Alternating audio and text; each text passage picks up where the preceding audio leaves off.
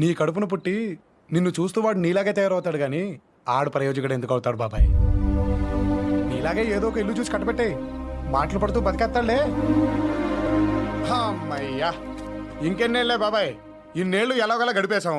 ఇంకొన్నాళ్ళు గడిపామనుకో ఆ తర్వాత ఎటు పోతాం. పోయారులే నా కొడుకులు, భూమికి భారం తగ్గింది కదా అని ఓ కేడుపు కూడా ఏడవకుండా మనల్ని పక్కన పాడేస్తారు. మనం ఉండవుగా చూసి ఫీల్ అవటానికి. ఏమంటావు? ఈ జీవితాన్ని ఇలాగే గడిపేద్దాం బాబాయ్. ఇదిగో ఈ అరుగున్నంత కాలం మన జీవితానికి ఢోకానే లేదు బాబాయ్. ఉంటా మరి, ఉంటా.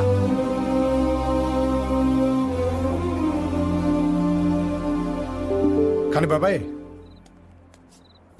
ఒక్కటి మాత్రం ఖచ్చితంగా చెప్పగలుగుతాను.